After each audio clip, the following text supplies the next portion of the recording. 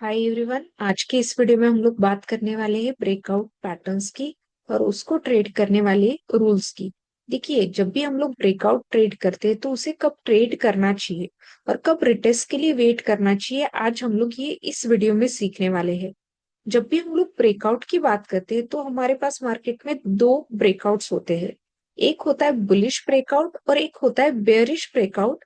जहां पे आज हम लोग इस वीडियो में बात करने वाले हैं स्पेशली सपोर्ट या रेजिस्टेंस, या फिर कोई भी पैटर्न सपोर्ट पे बना है या रेजिस्टेंस पे बना है तो उसे ब्रेकआउट या ब्रेकडाउन के लिए किस तरीके से ट्रेड करना चाहिए।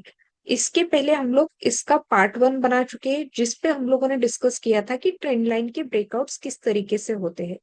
देखिए, जब भी बुलिश ब्रेकआउट होते हैं तो उसे ट्रेड करने के लिए हमें कब वेट करना है रिटेस्ट का और डायरेक्टली कब ट्रेड कर सकते हैं इसकी बात करते हैं। देखिए, जब भी एक मार्केट के अंदर कोई स्टॉक जब रेजिस्टेंस पे जाके छोटी रेंज में स्टक हो जाता है या छोटी रेंज में बार बार ट्रेड करता है, तो उस केस में हमें क्या करना होता है, हमें वेट करना होता है कि उस स्टॉक की वो रेंज ब्रेक हो जाए। बट जब ये रेंज ब्रेक हो जाएगी तो रेजिस्टेंस के ऊपर हमेशा याद रखना, यहाँ पे पहले तो हाई स्ट्रेंथन कैंडल से ही ब्रेकआउट हो, ऐसी कैंडल जिसका एक्यूरेसी या फिर मार्केट में स्ट्रेंथ बहुत ज्यादा है।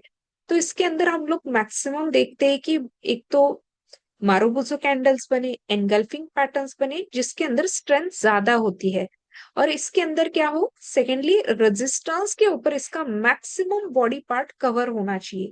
तब इस पे हम लोग सेकेंड कैंडल पे यहाँ पे एंट्री ले सकते हैं जैसे ही हमारे पास फर्स्ट कैंडल क्लोज होके सेकेंड कैंडल ओपन हो जाता है। तो इसके अंदर हमें स्टॉप लॉस क्या होल्ड करना है, प्रीवियस कैंडल का लो ही हमारे लिए स्टॉप लॉस होगा। जब ऐसे ट्रेड हमें मिलेंगे कि कंसोलिडेशन होके डायरेक्टली ब्रेकआउट मिले। बट अगर इस तरीके से हुआ कि मार्केट के अंदर कंसोलिडेशन होने के बाद ब्रेकआउट पे काफी वीक कैंडल बने, वीक कैंडल का मतलब क्या है, लो स्ट्रेंथन कैंडल बने। अब ये जो लो स्ट्रेंथन कैंडल होते हैं ना, इसमें ज्यादातर हम लोग स्पिनर्स को देखते हैं, हम लोग देखते हैं डोजी पैटर्न्स को, जिसके अंदर हमें ट्रेड नहीं करना चाहिए। तो अगर ऐसे हुआ कि रेजिस्टेंस तो ब्रेक हुआ है बट वहां पे लो स्ट्रेंथन कैंडल बनी है और वॉल्यूम भी हमें फेवर नहीं कर रहा है, तो याद रखना उन ब्रेकआउट्स के बाद आपको हमेशा मार्केट के रिटेस्ट का वेट करना चाहिए। मार्केट दोबारा उसी रेजिस्टेंस पे जाएगी और उस रेजिस्टेंस का यूज सपोर्ट की तरह करके वहां से ऊपर जाने का ट्राई करेगी। तो इसे कहा जाता है बुलिश ब्रेक होना एंड उसे रिटेस्ट करना। तो हमेशा अगर वॉल्यूम कम है, छोटे लेवल से या छोटी कैंडल से ब्रेकआउट हो रहा है, तो उस केस में हमेशा आपको वेट करना पड़ेगा।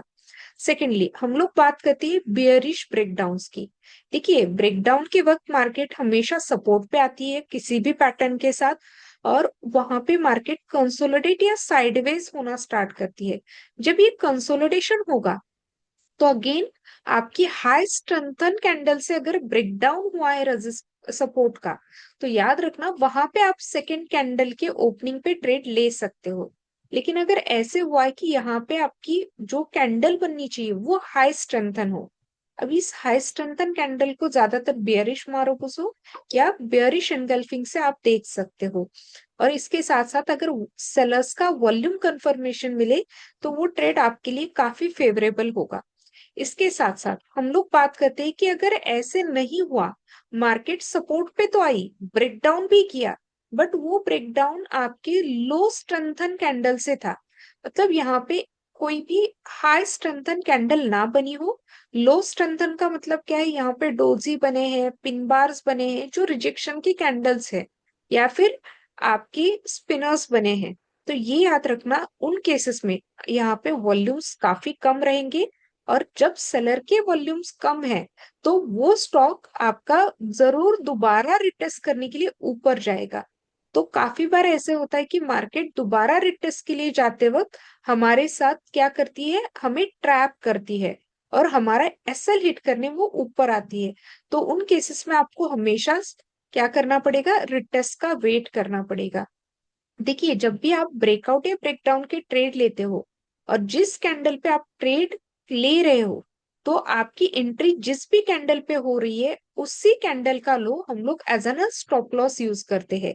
आप चारों केसेस में हमेशा कैंडल का पॉजिटिव केसेस में हाई ब्रेक होने के बाद एंट्री लोगे, और हम ब्रेकडाउन की केसेस में लो आपका ब्रेक होने के बाद एंट्री लेंगे, और उन्हीं कैंडल का हाई हमारे लिए एज एन स्टॉप लॉस होगा। तो ये चीज याद रखना, जब भी हम लोग ब्रेकआउट या ब्रेकडाउन ट्रेड करते हैं तो प्रॉपर हमें देखना होता है कि वो रिटेस्ट करेगा या नहीं करेगा। इसमें वॉल्यूम कंफर्मेशन काफी ज्यादा मैटर करती है। होप कि आपको ये वीडियो काफी अच्छा लगा हो। अगर वीडियो अच्छा लगा है तो प्लीज लाइक सब्सक्राइब करना। Thank you everyone.